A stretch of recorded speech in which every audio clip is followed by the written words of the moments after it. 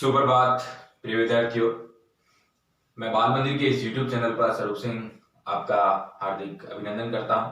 प्रिय विद्यार्थियों, हम लगातार अध्याय 4 व्यावसायिक सेवाओं के बारे में बात कर रहे थे और बीमे के कुछ सिद्धांतों को हमने पढ़ लिया था।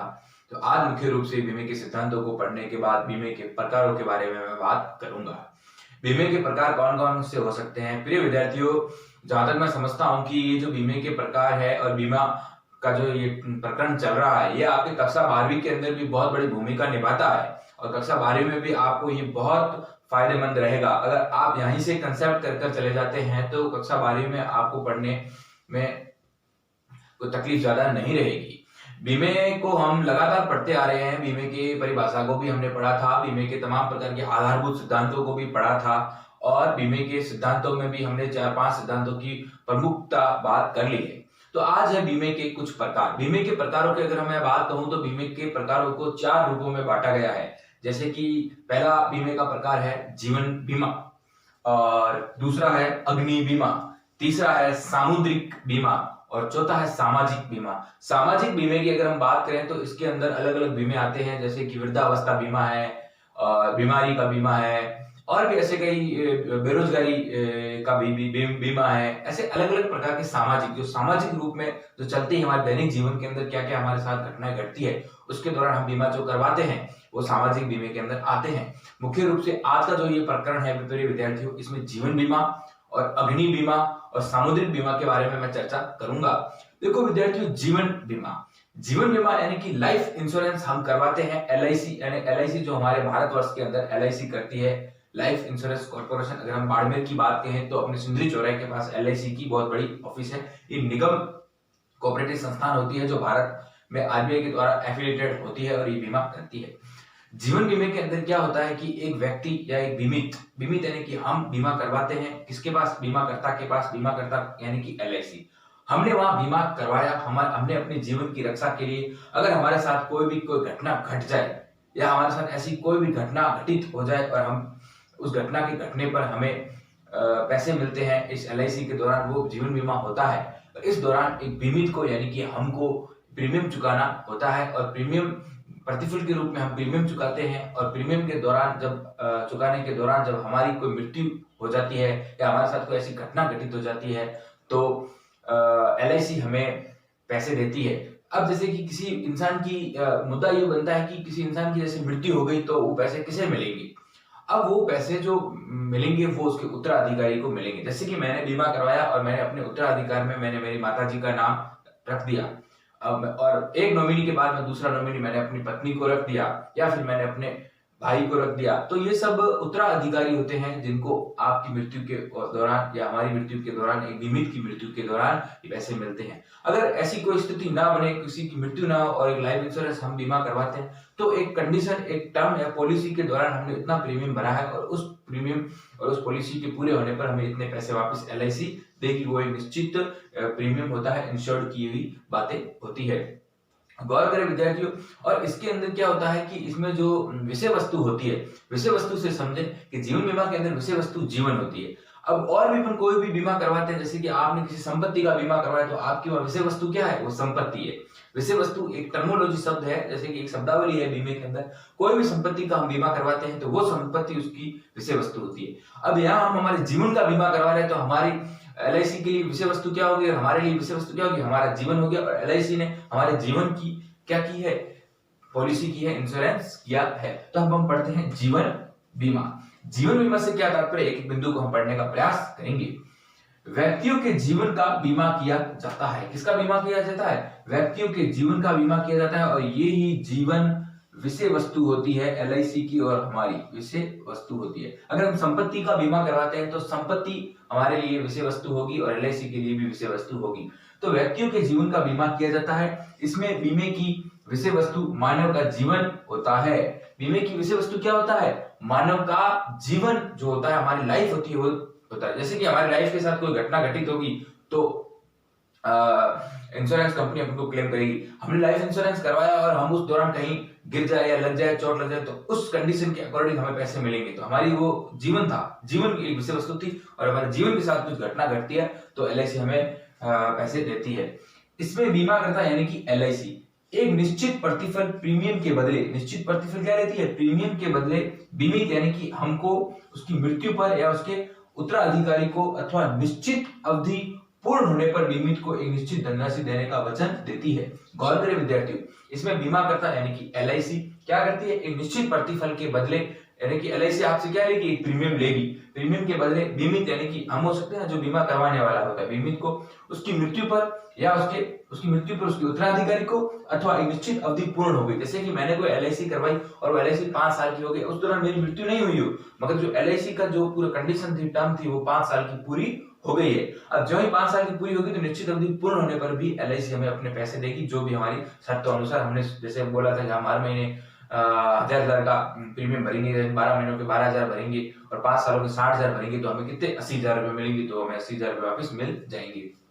अथवा निश्चित अवधि पूर्ण होने पर बीमित को एक निश्चित धनराशि देने का वचन देती है। कौन देती है, बीमाकर्ता यानी कि एलआईसी वचन देती है कि आप कि अगर जीवन में कोई ऐसी घटना घटित होती है, आप अगर मर जाते हो तो आपके उत्तराधिकारी को दी जाएगी, अगर आप मरते नहीं हो और वो कंडीशन पूरी हो जाती है 5 साल की, तो आपको खुद को स्वयं को दी जाएगी। बीमित निश्चित समय अवधि तक प्रीमियम की राशि चुकाता है। एक निश्चित समय अवधि होती है, जैसे 3 साल 4 साल, वो उनके आपस में एक अनुबंध हो जाता है, एक कॉन्ट्रैक्ट संविदा सावधिक अनुबंध हो जाता है, उसके दौरान वो चुकाता है, प्रीमियम चुकाता है। अगर बीमित निश्चित प्रीमियम अवधि से पहले ही मर जाता है तो उसका उत्तराधिकारी या फिर उसने जो नामांकित किया है, अब उत्तराधिकारी कोई तो हमारे परिवार से हो सकते हैं, मगर एक अगर बीमा कराने वाला व्यक्ति ये चाहे कि मैं जिसको नामांकित करूं, मैं भले वो मेरा उत्तराधिकारी ना हो, वो उत्तराधिकारी के दर्ज पर बैठा हो, और भी कोई हो सकता है, उसे भी आप नामांकित करके उसे भी फायदा दिलवा सकते हैं। नामांकित को प्रीमियम नहीं देना पड़ता है। अब देखो, मर जाता है तो उसके उत्तराधिकारी या फिर उसके नामांकित को प्रीमियम नहीं देना पड़ता है तथा इन्हें राशि प्राप्त करने का पूरा अधिकार होता है। अब जैसे कि मैंने 3 साल के लिए इंश्योरेंस पॉलिसी करवाई, मैं 2 साल के अंदर ही मर गया। अब जैसे कि आदमी 1-2 साल के अंदर मर जाता है, तो अब उसका जो भी उत्तराधिकारी, उसे प्रीमियम नहीं चुकाना पड़ता है। उसके उत्तराधिकारी या फिर उसके नामांकित व्यक्ति को प्रीमियम नहीं चुकाना पड़ता है। एलआईसी तय राशि के अनुसार उन्हें पैसे दे देती है, उन्हें प्रीमियम फिर नहीं चुकाना पड़ता है किसी आदमी की या किसी बीमित की मरने की स्थिति में। इस दौरान हमने ये जीवन बीमे के पूरे परिचय को पढ़ा कि एक व्यक्ति जीवन बीमा किया जाता है। इसमें बीमे की विषय वस्तु क्या होती है, मानव जीवन होता है। इसमें बीमा करता एक निश्चित प्रीमियम के बदले क्या करता है, बीमित की उसकी मृत्यु पर उसके उत्तराधिकारी को अथवा निश्चित अवधि पूर्ण होने पर उसे स्वयं को निश्चित धनराशि देने का क्या देता है, वचन देता है। बीमित निश्चित समय अवधि तक प्रीमियम की राशि चुकाता है। अगर बीमित निश्चित प्रीमियम अवधि से पहले ही अगर क्या हो, मर जाता है, तो उसका उत्तराधिकारी या नामांकित को प्रीमियम नहीं चुकाना पड़ता है तथा इन्हें यानी कि उत्तराधिकारी को या फिर नामांकित को राशि प्राप्त करने का पूरा अधिकार होता है। आगे बढ़ते हैं। अब बढ़ते हैं अग्नि बीमा। विद्यार्थियों, जो अग्नि बीमा होता है ये क्षतिपूर्ति का बीमा होता है, यानी कि जो भी आपको क्षति होती है उसकी वास्तविक जो हानि होती है उसका आपको भुगतान किया जाता है। जीवन बीमा क्षतिपूर्ति का बीमा नहीं होता है। और अग्नि बीमा कैसा बीमा होता है, ये क्षतिपूर्ति का बीमा होता है, यानी कि आपको जो हानि होती है, जिस माल की हानि होती है, उसकी आपकी क्षति की वास्तविक हानि जो होती है उसकी पूर्ति की जाती है, जो क्षति हुई है उसकी पूर्ति की जाती है। इसलिए ये अग्नि बीमा कैसा, किस प्रकृति का बीमा है, क्षतिपूर्ति की प्रकृति का बीमा है। क्षति यानी कि जो हानि और पूर्ति यानी कि जो उसकी पूर्ति की जाए। जैसे कि मैं बोलूं कि मुझे भोजन लग रहा है तो मेरे खाने की पूर्ति की जाए, उस प्रकार एक व्यक्ति के अगर आइटम माल में अगर नष्ट हो जाता है तो उस माल की वापस पूर्ति की जाएगी, यानी कि इसकी प्रकृति कैसी है, ये क्षतिपूर्ति प्रकृति का बीमा है अग्नि बीमा। अब हम अग्नि बीमे को पढ़ेंगे। अब इस अग्नि बीमे में तमाम प्रकार की, जैसे कि आग लगने से कोई भी हमें हानि हो जाती है तो एक दुकानदार हो या फिर कोई भी एक उद्योगपति हो अपने माल का बीमा करवाता है। अब उस दौरान उसकी आग लग जाए, माल की उसका माल आग से नष्ट हो जाए तो उसे उस क्षतिपूर्ति की राशि बीमाकर्ता के द्वारा दी जाती है। बशर्ते उसे संविदा के दौरान जो बीमा करवाया जाता है तो वो बीमित जैसे कि उद्योगपति है उसे हर माह या हर साल जो भी है प्रीमियम चुकाना पड़ता है। इसके अंदर और भी बीमित अग्नि बीमा के अंदर उपद्रव वगैरह और भी चीजें डाली गई है, उसके बारे में भी हम बात करेंगे। बीमा करता यानी कि एलआईसी, आप इसे एलआईसी समझे, आप याद रहने में आपको परेशानी नहीं रहेगी। बीमा करता यानी कि एलआईसी बीमित को आग लगने से संपत्ति को होने वाले संपत्ति से होने वाले नुकसान की क्षतिपूर्ति का क्या देता है, वचन देता है। किसको देता है, बीमित को। बीमा करता बीमित को आग लगने से संपत्ति को होने वाले नुकसान की क्षतिपूर्ति का वचन देता है। किसका वचन देता है कि मैं उसकी क्षतिपूर्ति करूंगा। ये क्षतिपूर्ति का बीमा होता है। आप अंडरलाइन कर ले, क्षतिपूर्ति का बीमा होता है, जिसमें बीमाकर्ता के द्वारा केवल वास्तविक हानि की क्षतिपूर्ति की जाती है। जो भी वास्तविक हानि हुई उसकी क्षतिपूर्ति की जाती है। ये नहीं है कि आपने कुछ भी अनुमानित हानि बता दी उसकी क्षतिपूर्ति की जाएगी, नहीं, पहले उसका निरीक्षण होगा, निरीक्षण होकर जो वास्तविक हानि हुई है उसकी ही क्षतिपूर्ति की जाएगी। इसलिए इसकी प्रकृति कैसी है, क्षतिपूर्ति का बीमा होता है, वास्तविक हानि की ही क्षतिपूर्ति की जाती है। इसकी अवधि 1 वर्ष होती है, 1 वर्ष अवधि के लिए ही करवाया जा सकता है, यानी कि ये अधिकतर 1 वर्ष की, इसका टाइम पीरियड 1 वर्ष की अवधि तक का बीमा होता है। उस दौरान अगर आपको हानि नहीं होती है तो आपको अभी और इंश्योरेंस भरना पड़ता है, और घटना जब भी घटित होती है तब आपको इसकी क्षतिपूर्ति की जाती है। आग के साथ कुछ निश्चित परिणामजन्य हानियों की भी क्षतिपूर्ति के लिए भी किया जाता है। जैसे आग लग रही है, आग के साथ साथ कुछ और भी चीजें इस बीमे के अंदर सम्मिलित की गई, उसके परिणाम स्वरूप और भी कुछ चीजें होती है तो भी ये अग्नि बीमे के अंदर ये आते हैं। जैसे कि जैसे कि दंगे हो गए आपस में, जैसे अब किसान बिल के लिए कैसे दंगे हो रहे हैं, इस प्रकार अगर दंगे हो जाते हैं, छिड़ जाते हैं, तो ऐसे दंगों में जो भी घाटा होता है तो उसके लिए भी अग्नि बीमे के अंदर भी संदर्भ किए गए। कोई उपद्रव हो जाए, और दंगों का ही रूप है, उपद्रव मच जाए, लोग चिढ़ जाए, आप घमासान युद्ध कर ले, आपकी दुकानों की तोड़फोड़ कर दे, ये सब उपद्रव के अंदर आती है। अगर गैस विस्फोट हो जाए, उस दौरान आपकी दुकान के अंदर गैस विस्फोट हो जाए, और भूकंप आए, अर्थक्वेक आए और जमीन हिलने लग जाए, आंधी आए, बाढ़ आए, जल का प्लावन हो, यानी बहुत सारा पानी आ जाए, और वायुयान के अंदर क्षति हो जाए, बिजली गिरने से क्षति हो जाए, ये सब चीजें ही इसके अंदर अग्नि बीमे के अंदर ही परिणाम स्वरूप रखी गई है। यानी कि क्या क्या, दंगे हैं, उपद्रव है, गैस का विस्फोट है, भूकंप आ जाए,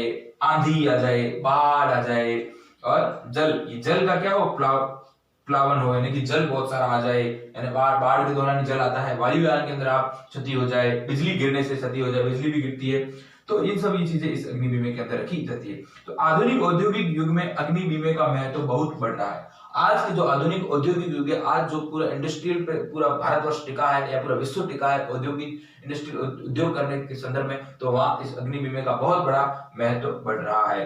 कारखाना, गोदाम, दुकानों, आवासीय बस्तियों में अग्नि का खतरा बहुत बढ़ रहा है, इसलिए अग्नि बीमा करवाया जाता है। कारखानों में भी अग्नि लग सकती है, आपकी जो आवासीय जहां आप रहते हो वहां भी आग लग सकती है, तमाम गोदामों में भी आग लग सकती है। इन आग से बचने के लिए आधुनिक युग में जो औद्योगिक अग्नि बीमा की प्रचलन बढ़ रहा है, तो इन सब से बचने के लिए हमें अग्नि बीमा करवाना पड़ता है।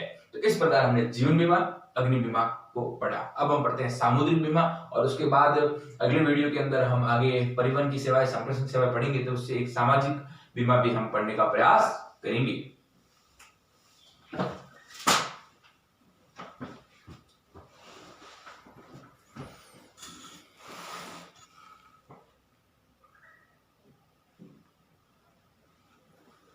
हाँ तो विद्यार्थियों, सामुद्रिक बीमा, देखो सामुद्रिक बीमा अगर हम बोले तो ये जो समुद्रों के अंदर हम जहाजों में माल ढोकर एक इस बंदरगाह से उस बंदरगाह तक लेके जाते हैं, वो उसके अंदर जो माल को अगर हानि हो जाती है उस दौरान उसे सामुद्रिक बीमा कहा जाता है। ये दो रूप में सामुद्रिक बीमा चलता है। एक सामुद्रिक जोखिमों से सुरक्षा प्रदान करता है, देखो दो प्रकार से होता है, एक महासागर सामुद्रिक बीमा और द्वितीय देशी सामुद्रिक बीमा या अंतर्देशीय सामुद्रिक बीमा।